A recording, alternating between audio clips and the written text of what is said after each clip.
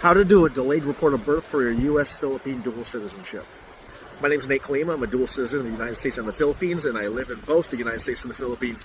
Please like and subscribe so that way we can bring you more educational content. If you've seen the previous video, you discovered that you could become a dual citizen because one of your parents was Filipino and they never did a report of birth to the Philippine consulate or embassy. You can do it in the Philippines, or you can do it at the consulate or embassy in your jurisdiction. In my experience, it's easier to do it overseas in a place like the United States. Now for your jurisdiction, for example, if you're in Los Angeles and so on and so forth, you will be doing it at the Los Angeles consulate. First, you need a simple letter request from you. Include your mobile and email address. Next, you'll need 4 original report of birth forms. You can get this on your consulate website. One of these will be sent back to you with a stamp, meaning that's going to be your temporary birth certificate. All 4 of these must be notarized. Notarization is simply a stamp that essentially says that you are who you say you are.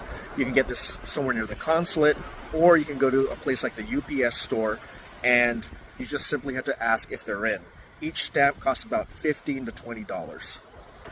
One original copy of your birth certificate from your local government and 3 photocopies of that original certificate.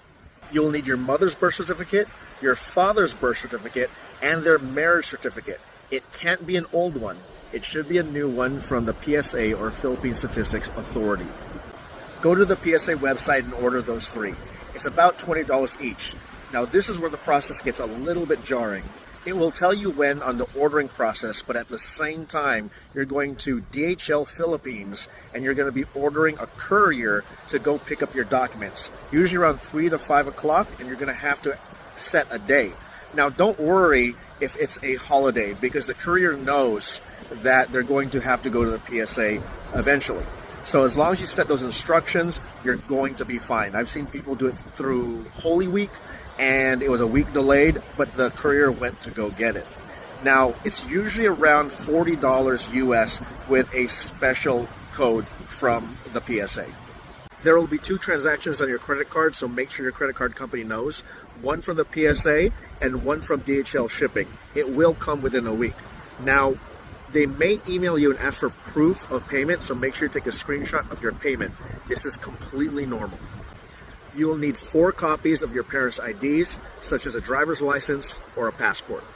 4 copies of a naturalization certificate or dual citizenship documents to prove that they were a Filipino at the time of your birth.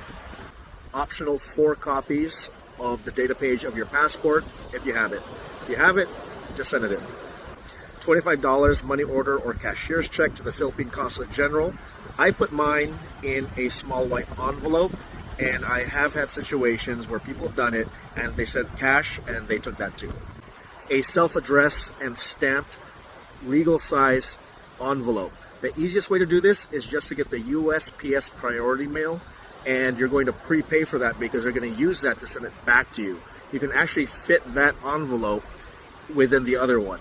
So if you do it at, say, UPS and they have the USPS priority mailer, they will essentially put one inside of the other to be sent back.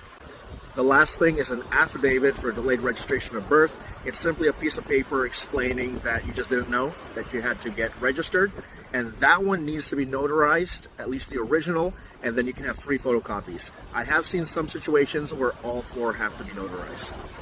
At that point, that's it. You simply mail it in.